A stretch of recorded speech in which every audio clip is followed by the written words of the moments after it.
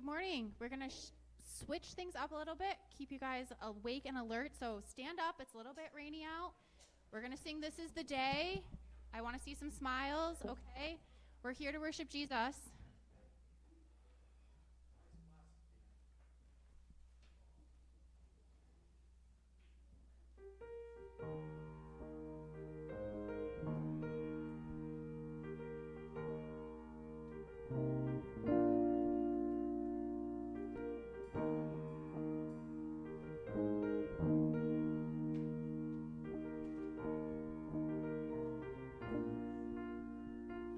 This is the day that the Lord has made. We will rejoice as we lift his name. This is the day that the Lord has made. Come and rejoice. We will rejoice and be glad in it.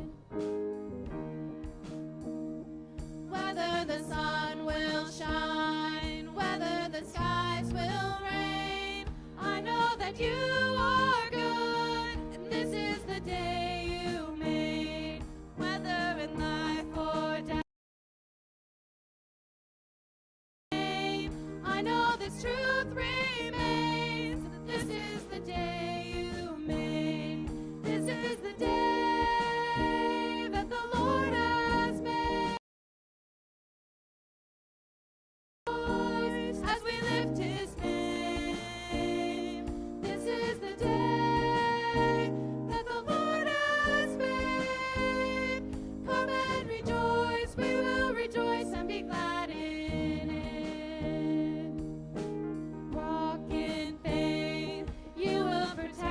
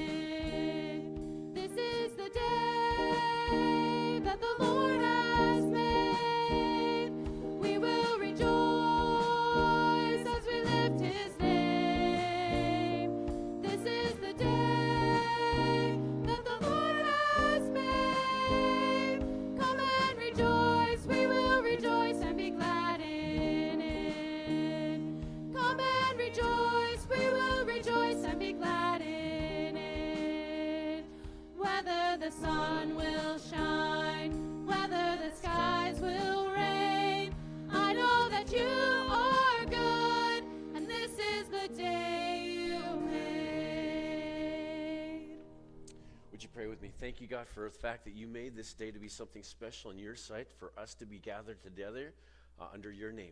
And God, thank you so much for the opportunity to be redeemed by love as we just sang. And God, would you please take our hearts, take our meditations, and would you use them to further your glory, we pray. In Jesus' name, amen. You may be seated. I have a few things I want to just bring to your attention quickly, just to get us started off. This week is a big week for us as we go and invite all of our first responders to come and be part of our celebration in June. And so I want to make sure you're aware of, we need a few more cookies kind of thing. We've been putting those platters together, making them happen this week. So if you have an opportunity to bake a couple, it's a rainy day, good reason to get the stove going and warm up a little bit. We'd love to have you opportunity to have those cookies brought in. This coming Sunday is a special day. It's Mother's Day. And as a result of that, the men are putting together a brunch for you. And so men, I want you to make sure, Nate Davis, Nate, please raise your hand real quick. Nate is right there. You need to go talk to that gentleman right there because he's organizing everything. And so please go and make sure you sign up to be part of that special day as we honor our ladies in our life. This coming week is our Wednesday is our last small group at the Lozier's home for the summer. So make sure you have an opportunity, if you can, to come be part of that. Also the teens, make sure you're aware of the teen pizza night coming up. That once again is one of those last things too. I want to make sure that you have an opportunity. The Bibles are on the back shelf, okay? There's Bibles on the back shelf of our graduates. I want you to be intentional. I usually write our students a letter. I highlight scriptures in their Bibles. I'm making you do that this year. You're owning these Bibles. There's 5 of them. Put something meaningful in those Bibles for our graduates so they will have that as a keepsake to remember as they graduate and move on. Oh, one more thing I want to make sure you're aware of. We did a little bit of a work day here at the church about 3 weeks ago. But so there's a number of items that are like leftovers, things that we don't necessarily want to have, and we'd love to be able to give away. And so I'm going to put Ray Cooper in charge of the garage. If you want special goodies, see him. Okay, thank you. Okay, that's all I want to make sure you're aware of. Let's go ahead and worship the Lord some more in song. Okay, please stand with us.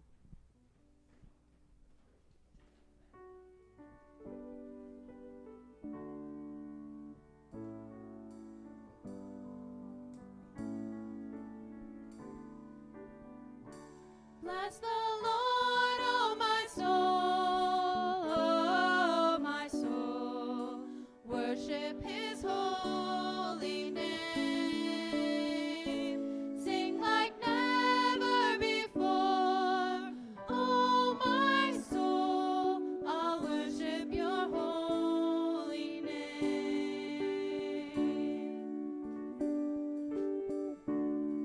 The sun comes up, it's a new day dawning. It's time to sing your song again. Whatever may pass and whatever lies before me, let me be singing when the evening comes. Bless the Lord, oh my soul, worship his holy name. Sing like never before, oh my soul, I'll worship your holy name. You're rich in love and you're slow to anger. Your name is great and your heart is kind. For all your goodness I will keep on singing. 10,000 reasons for my heart to find. Bless the Lord,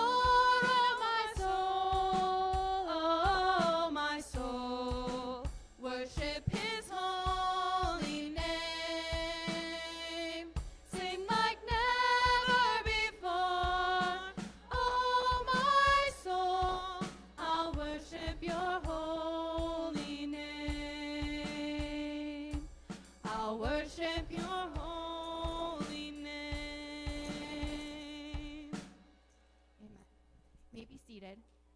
Todd's starting a new series this week on Ecclesiastes, and we chose a theme song for that. So this will be the new theme song. You're going to hear this several times over the next few weeks as he preaches. The teens sang this when we did our retreat, talking about wisdom, which is appropriate, seeing how Ecclesiastes is also talking about wisdom. So teenagers, I expect you to help the congregation learn this song. All right? Here's some scriptures to lead us into that song. Everything is meaningless, says the teacher, completely meaningless. Keep this in mind, the teacher was considered wise, and he taught the people everything he knew. He listened carefully to many proverbs, studying and classifying them. That's the whole story. Here now is my final conclusion. Fear God and obey his commands, for this is everyone's duty. God will judge us for everything we do, including every secret thing, whether good or bad.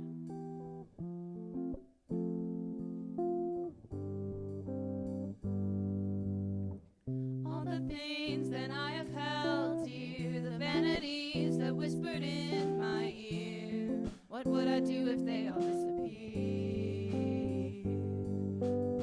Riches and fame and all that they could buy, I've come to find they never satisfy. What would I gain if my soul's the prize? I don't want to love what the world loves. I don't want to chase what the world does. I only want you. I only want you. First things first, I seek your will, not my own. Surrender all my wants to you. Keep the first thing first.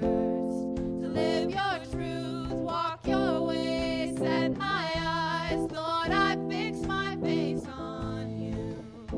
All my desires reversed to keep the first thing first. I give it all, my life an offering. My heart is yours, so have your way in me. Your kingdom's all I want to see. I don't want to love what the world loves. I don't want to chase what the world does. I only want you. I only want you. First things first, I seek your will, not my own. Surrender all my wants to you. Keep the first thing first. To live your truth, walk your way, set my eyes. Lord, I fix my face on you. All my desires reversed to keep the first thing first. To keep the first thing first. First things first, to seek your will, not my own. Surrender all my wants to you. Keep the first thing first. To live your truth, walk your way, set my eyes. Lord, I fix my face on you. All my desires reversed to keep the first thing first.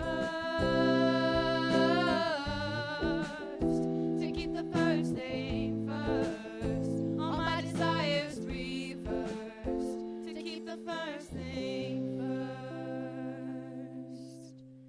Children, third grade and under are dismissed.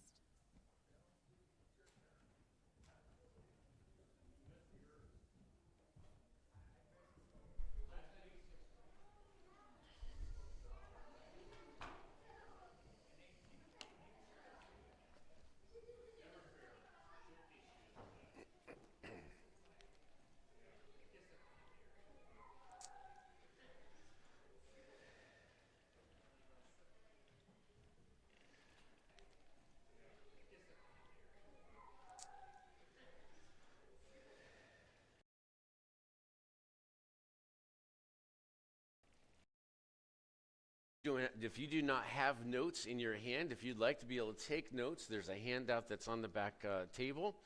If you need one of those, Chris is ready to serve. He's ready to grab those papers. If you'd like to have a paper to go ahead and fill some blanks in to keep up with us as we move through the message this morning. Chris is going to grab those papers and come on in. So if you raise your hand so he can know to come see you. So just go ahead and corner him as he walks down the aisle. Make sure you are grabbing what you need to do. We are starting a new series today called Ecclesiastes, First Things First. Mark Twain, he gave us a good piece of wisdom. I wish we had an opportunity to actually have, Trish, can you get me moved over if you don't mind? Mark Twain said this: life would be infinitely happier if we could only be born at the age of 80 and gradually approach 18. The reality is this: it takes a lifetime to figure out life. It would be nice if we could have all the knowledge and all the experience that we have when we're 80 years old and come back to 18 all over again and be able to live from that perspective. To be able to have the know-hows, the reasons, the motivations, the intents, the intentionality. Mark Twain had something. Life would be so much more complete, so much more dynamic if we could only live from an 80-year-old's perspective and an 18-year-old body. Song of Solomon is the one who is going to help us know how to do exactly what Mark Twain was trying to tell us. How to live at 18 from the perspective of 80. We are going to wrestle, and we're going to have Solomon wrestle with us and for us. Why am I here?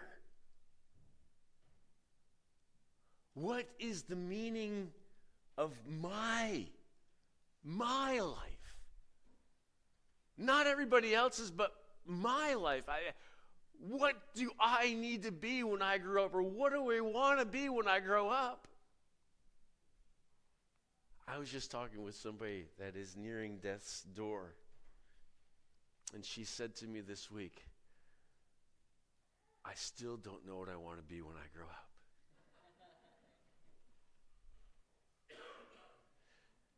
Is there any purpose to this? Is there anything that's behind the reality of the existence? Is there something that's beyond the moment? Is there something to live for? Is there something to grasp in this life? We all have to come through those questions and more to help us produce what we call a worldview. We have to have a perspective on life. We have to be able to answer the questions of life to come to a reality of why we are here and for what reason and motivations we are here. We have to come to the point of understanding our worldview. You need to make sense somehow of it all. You need to somehow figure out, what are you here for? Why are all these other people here? Why do I exist? And what meaning, what significance do I have in the spectrum of time? You need to come to a world view. Worldviews have to answer 4 questions. In order to have a summation, a system, to be able to have an unorganized thought of why you're here, you have to go through some thought processes, and there's 4 ultimate questions everybody that's on the face of the earth must answer. You can choose to ignore them, just kind of leave that blank, but the reality is you must answer those questions because all of your existence hang on these 4 questions. First question is that of origin. If you're taking notes this morning, that's your first blank. The question of origin: from where did everything come? we have to answer the question, we are, so therefore where did the are part come of it? Where the is, we are material, where did it come from? What started this all off? What's the beginning? Where did things happen so that I can be part of this happening? There's a question of where did everything come from? You need to wrestle with the reality of before you, what? Before you ever were, what? You have to answer that question because it bases your meaning, your significance of life. The second question is this. It comes out of the first question, your meaning. It's the question of meaning. Why? Why are you here? It's significant because you need to have some perspective in why you exist, how you relate to the universe, how you relate to people. You need to know the meaning of life, why you are here. It leads to the third ultimate question that we must answer is the morality question. How should we live?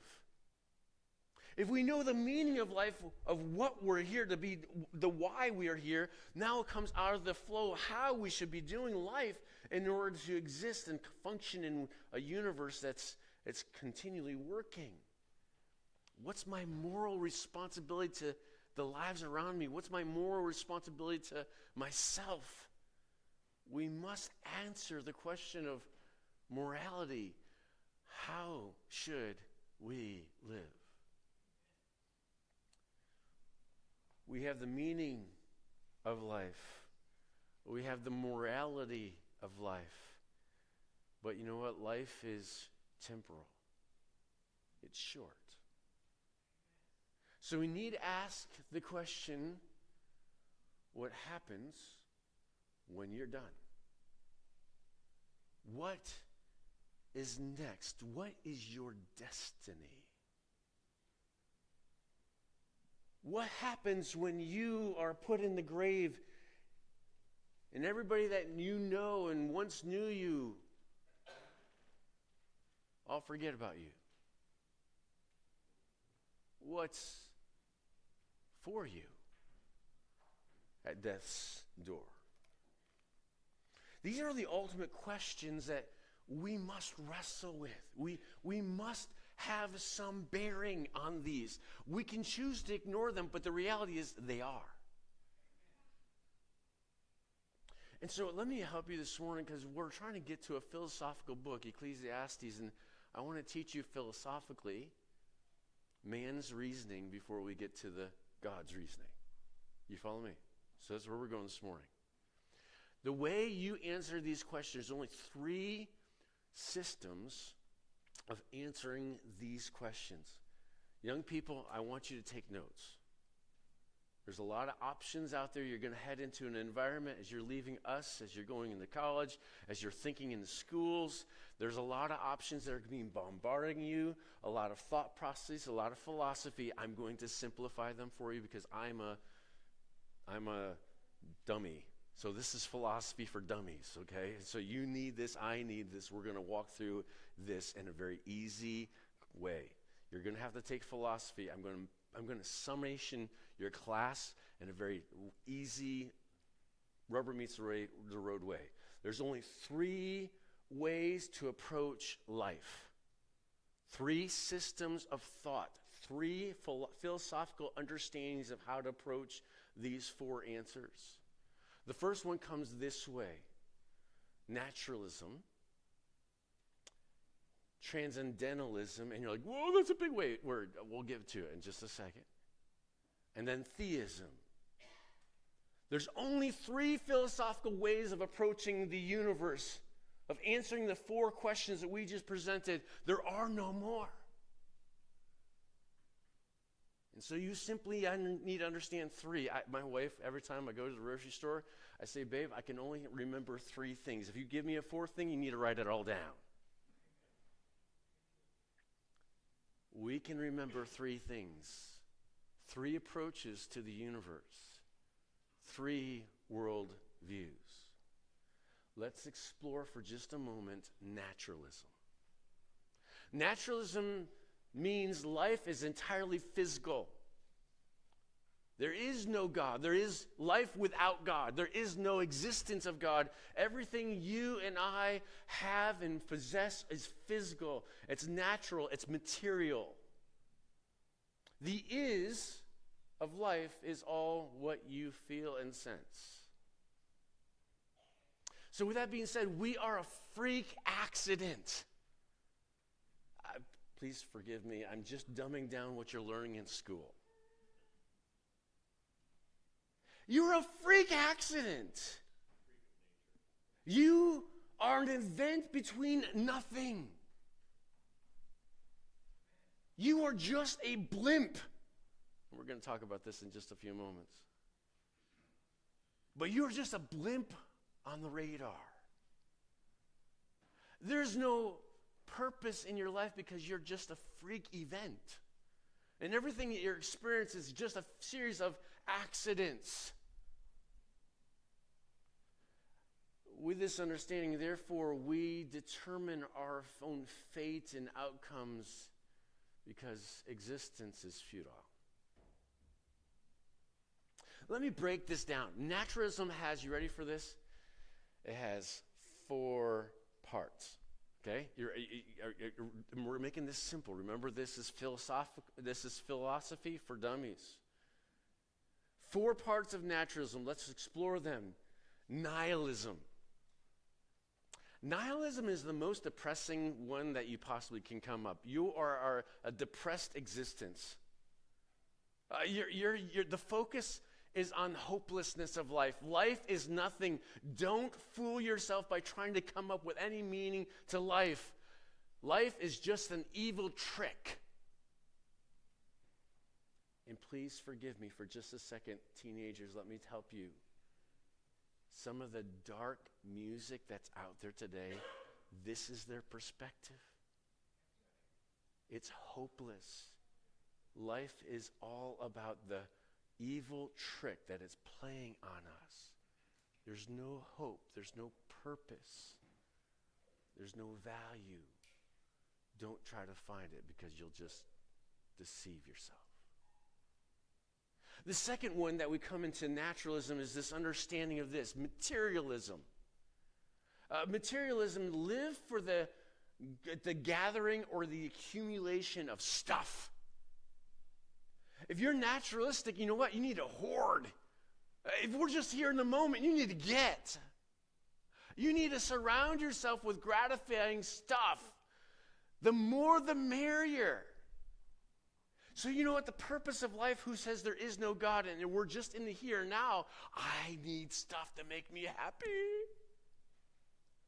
So gather as many toys as you possibly can. Enjoy them while you have an opportunity because that's the meaning of life. To gather stuff. The third view of naturalism is hedonism. Hedonism is this live for the experience of pleasure. The focus is on the gratification that comes from all of life's pleasures, sensuality and otherwise. Whatever feels good, do it. Whatever brings you happiness, it's all yours. Whatever, again, esteems you and makes you feel woohoo, then have at it. Because it's all the fact that you are an existence, a bleep on the radar of eternity, and all you have to live for is pleasure, happiness. You want to be happy, don't you? Then go find it and go pursue it, is the motto. Because eat, drink, and be merry, for tomorrow you will. Hedonism. We have humanism as the fourth. Humanism is the living for the preservation of life.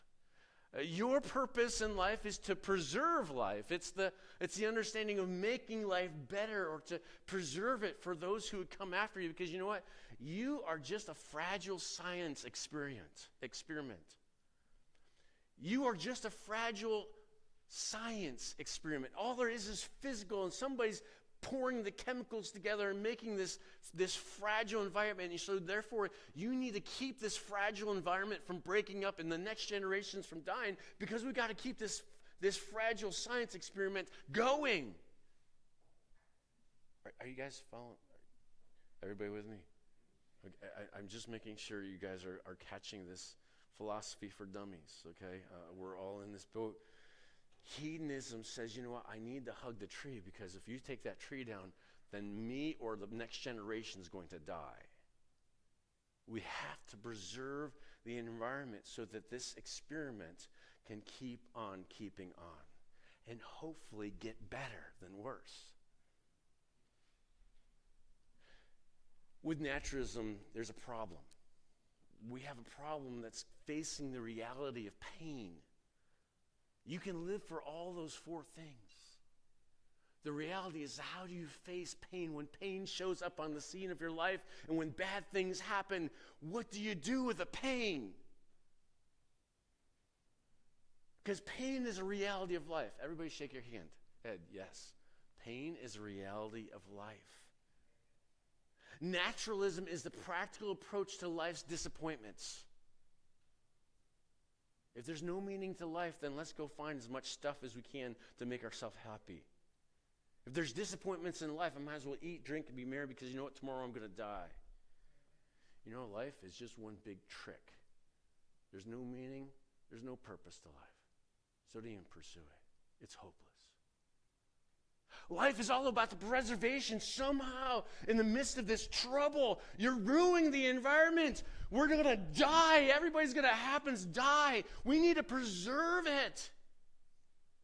Because evil exists, I have to somehow make it better so it will keep on continuing on.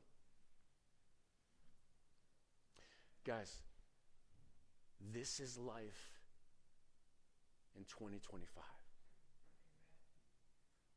This is life as Solomon is going to unfold philosophy in the book of Ecclesiastes. He's going to give us the answers to the problem of pain. Transcendentalism.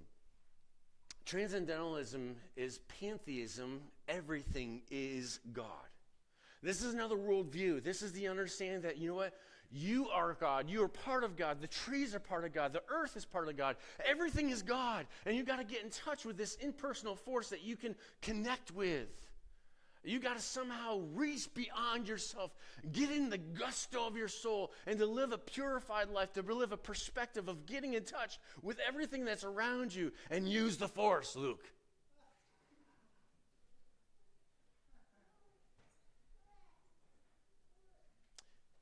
The reality is there's two religions that are pretty big across the globe that are into transcendentalism, this reaching out to the force.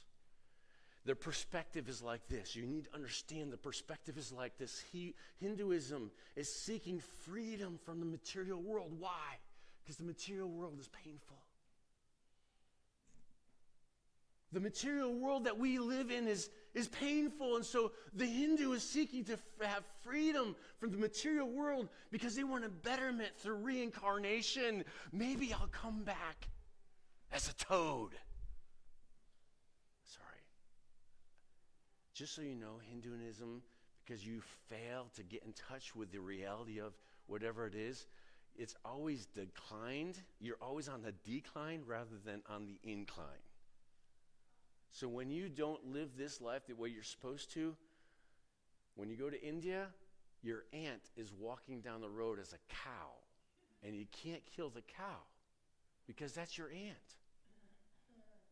You laugh, but that's their worldview.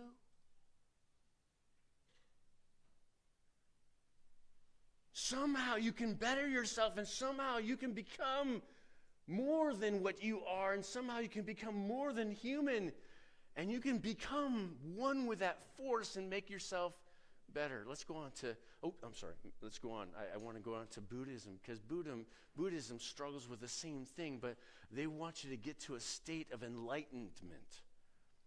to experience nirvana. It's a freedom from suffering and the cycle of death and birth. And you're seeking purity. You got to live up to I think there's 3 pillars in this one. I apologize. Buddhism has these pillars. You must stand on these pillars. How you do on these pillars determines how you come back. So you're trying to pursue purity, enlightenment, so you can rise above the pain. You hear the common thing I'm trying to give you? Life is full of pain. We must answer. We have the good in life, but we have to also understand the evil of life. And in our worldviews, we have to somehow make sense of both of them, trying to gather an understanding. How do I understand both of these, the good and the evil? How do I put it into my life and understand it from a perspective? Let me move you on to the next worldview, theism. Theism, we're going to start off with just so you know, there's a pendulum in each one of these understandings, each one of these philosophies of life. There's this little movement. They don't stay all in the same place, but they stay within bounds. And so in here, theism, we come to this first part of theism. As we move out of the pantheism, we come into this polytheism, the plurality of God. We just came from the transcendentalism that you can be part of God. Pantheism, you're all part of it. You got to get in touch with God. The reality, everything is God. We move just out of that just a little bit, and we step into this polytheism where there's all this plurality of God, and we have Greek mythology, we have Roman mythology, and we teach this in school to you like it's doctrine. And by the way, you have lots of cool movies around it. Like, some of you are like, what are you talking about? You have Thor. You have the Avengers. Are you guys catching me? Maybe some of you are still looking at me weird. But this is one of the answers to life's troubles. Answers to life. And by the way, this is the oldest one. This is the oldest philosophy. Romans chapter 1, verse 18 says, everybody knows there's God. But they choose to worship the creation rather than the Creator, who is to ever be praised. So if we can get away from the one true God, and we can make gods that look like us fallible, if we can make all these demigods, then I can somehow get into the mix of relationship with these demigods and feel like I'm comfortable. But if I have the holy God, who's unsearchable in all his ways, who's beyond me, who's one day going to hold me accountable, I don't like that. I don't want to be accountable to that. So therefore, if I can make God lesser than who he is, and I can make him somehow deceptive and polygamous. I'm sorry, we're just going into mythology for just a second. If we can turn God into a liar, then we're all set because we lie. And we don't feel so bad then. This is the beginning of theism. Let me take you a little bit further into theism, just a little bit. So we have Islam, which, please forgive me, you're going to be upset about this, but Islam is older than Judaism and Christianity. I want to be first. According to tradition of history, the Muslims have an older faith system than we do. We know that's not true, but the reality is history proves that Islam was here first. We have one supreme being, Allah, and he wrote to us the Quran, according to Islam. Then we come into Judaism, that we have Yahweh, and we have the Torah, the law, the rules of this one true God. And we have Christianity, who hold to the Trinity, three gods in one, and they hold to the Bible. We just searched all the answers of life. Did you catch that? It's not that complicated. It's not that hard. We can remember three things: naturalism, transcendentalism, and theism. That's all we have. So if you're super smart, like Solomon, you'd want to figure it out. Which of these three is the right one? How do I explore the universe and come to answers that are meaningful and significant and give me understanding?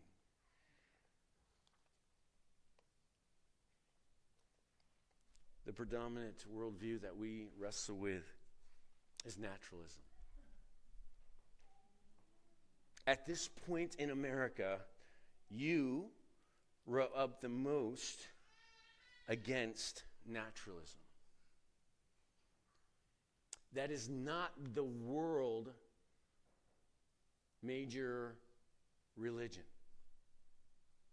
Naturalism does not exist well outside of the United States and European countries. You know what it is? Islam.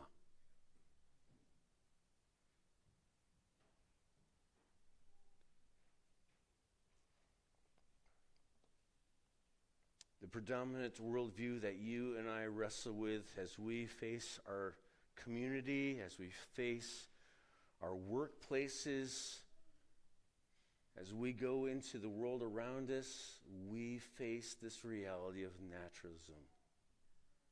You are bumping up against the futility of life, that you are just one big accident continuously. How it presents itself to you is going to come out this way. If you stand against the LGBTQ plus agenda, which is, would you help me for just a second? You are philosophical at this moment. If you're a naturalist, which of those four views of reality does the LGBTQ plus agenda fall into? Hedonism. It's all about a life of pleasure. We idolize and seek pleasure. Who are you to tell me I can't go have fun and have fun with somebody of the same sex? Are you starting to use this? You're starting to use the philosophies of the day. Your credit card companies are constantly sending you stuff in the mail that says, hey, here's a credit card. You deserve this.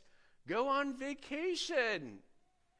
Go have a home equity loan. I was just in the bank this last week, and they had like tool belts and carpet and all these different things on the shelf. And the person I was with asked, why do they have all those? I said to the lady I was with, I said, it's because they're trying to sell you credit on how to redo your house. Because doing your house is going to make you happy.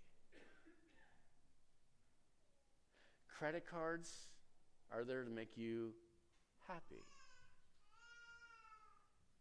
You need more. You need more stuff. You need to enjoy life more. So you need more resources. You deserve to be happy, so come get a credit card from us.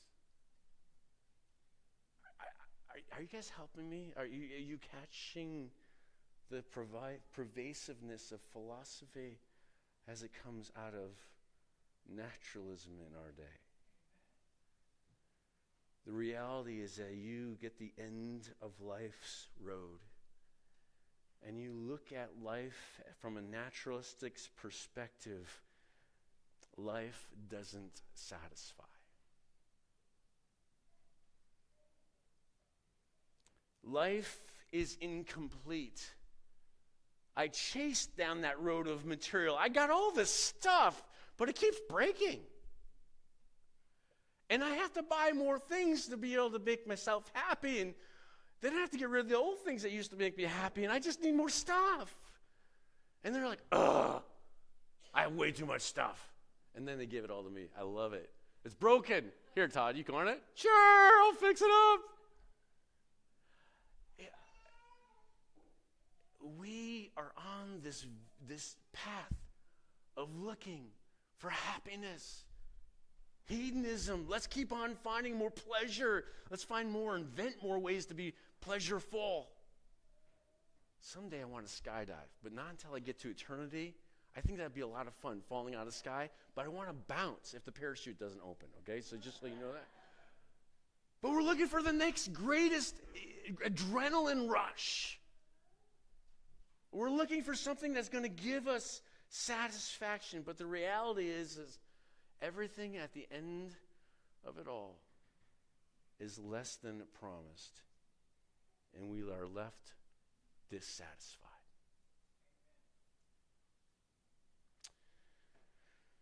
Elvis Presley had it all. Popular, fame, ladies. The last written document that he wrote says this: I feel so alone sometimes. The night is quiet before me. I'd love to go to sleep. I'm glad that everyone is gone now. I probably will not rest. I have no need for all of this. Help me, Lord. Do you catch that? Elvis at the end of his life said, I had it all. I have no need for all of this. It's meaningless. It's brought me no satisfaction. There's no need for this. I am exhausted. I can't sleep. I can't rest. Everything is drained from me. I wish I could just escape. What do? Overdose?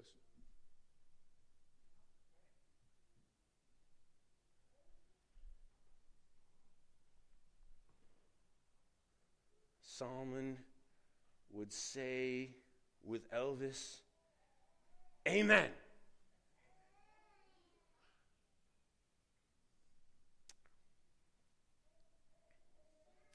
God devotes a whole book in the Old Testament to explore the meaning of life. Ecclesiastes is the foremost study of philosophy, the purpose of life, what it means to be wise and have virtue in life versus the foolishness of life.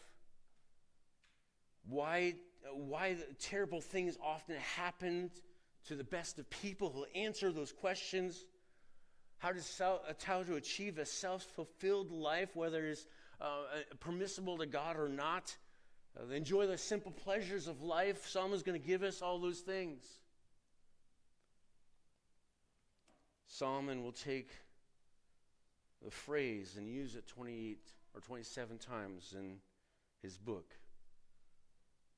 under the sun. And if we get there this morning, we'll study that phrase. Because under the sun is all about the here and now. It's all that you look at to on a horizontal perspective. That is everything that's under the sun. But before we study this book, would I tell you there's more beyond the sun.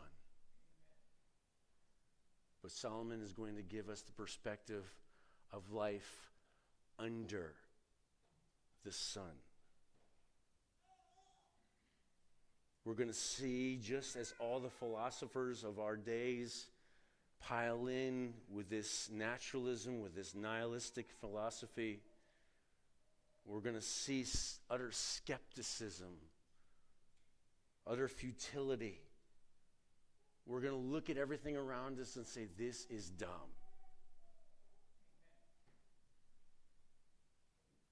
So Ecclesiastes grapples with the meaning of life, the inevitable death of all of us, and the pursuit of happiness.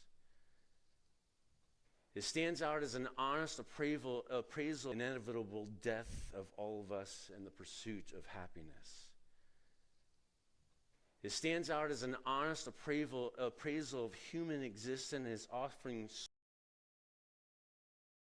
all conclusions from looking at the world from the sun, limited with a horizontal perspective that doesn't look beyond the sun. Life is monotony, tedious, and full of utter despair. And we're ready to get depressed. Are you ready? Okay, this outline of this book is on the screen before you. Maybe you can't see it.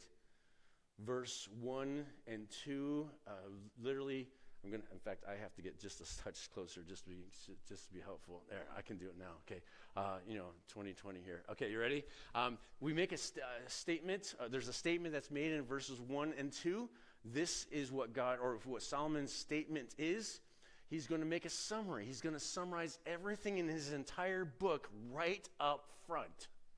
Okay? So we'll get to this in just a second, but you got to think of Solomon's book of Ecclesiastes as a sermon. But the punchline doesn't come until the end. You follow me? You got to think of it as sermon. He's not going to drive this home until you get to the end of the book. And so be patient with us. We're going to spend probably 2 weeks on the introduction because we're not getting anywhere this morning. Sorry, laughing at myself. And then we're going to spend probably 4 weeks on the argumentation, chapter 1, verses 12 through 11, verse 6. And then if we have time, Lord willing, we'll spend 2 weeks on the conclusion, what the outcome of Solomon's endeavor looks like. It would simply go like this. The introduction, as we're going to look at it this morning, Lord willing, in 5 minutes. Statement. We're going to see the statement in verses 1 and 2. We're going to see the summary of that, of life, of his conclusion. It's kind of his thesis if you were doing a science experiment. And then he's going to give us an illustration. He's going to give us illustrations of life. We're probably going to hit this next week as we're together. Cycles of generations, the cycles of nature, and the cycles of activity. So with that being said, please turn your Bibles to Ecclesiastes chapter 1, which you'd probably be sitting on. And you're like, it's finally time to get into it. Okay, so here we go.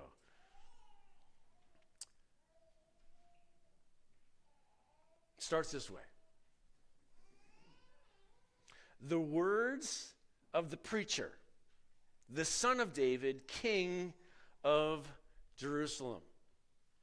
So let's just spend some time. Let's find out who this dude is. Okay? Depending on the translation that you have in front of you, is preacher, teacher, NRV, and then we're going to add this word, debater. Philosophical people are debaters. I don't like philosophical people. I don't like a debate. I don't like to get into arguments. I like to know what I know, but I don't want to have to sit there and try to rationalize and try to figure it out with you because you don't catch it. Does that make sense? Okay. Okay, we're all on the same page. So this is the debater. Solomon is a debater. He's one of those ones that's going to dig in, and he's going to try to search best he possibly can and try to figure everything out he possibly can because he wants to come up with a meaning of life. And so we need to understand, who is this dude? Who is this person that is writing this book that is going to give us the conclusion, the meaning, the purpose of life? So we simply turn back in our Bibles to 1 Kings chapter 4. We want to understand what the scriptures say, Solomon, who this teacher is, and what kind of credentials does he have? What kind of clout does he have? If he's going to deliver us the meaning of life, who is he to be able to tell us what the meaning of life is? You follow me? So turning back to, again, 1 Kings chapter 4, says this in verse 29. God gave Solomon wisdom. By the way, did you catch that first thing? Who gave the wisdom? God did. And God gave Solomon wisdom and understanding beyond measure. Okay, stop right there. I'm pretty smart. But Solomon, he is beyond measure. He's beyond my pay grade. Are you catching me? And just so you think you're all smart and all that kind of stuff, he beat you up too, okay? He's the smartest dude out there besides Jesus.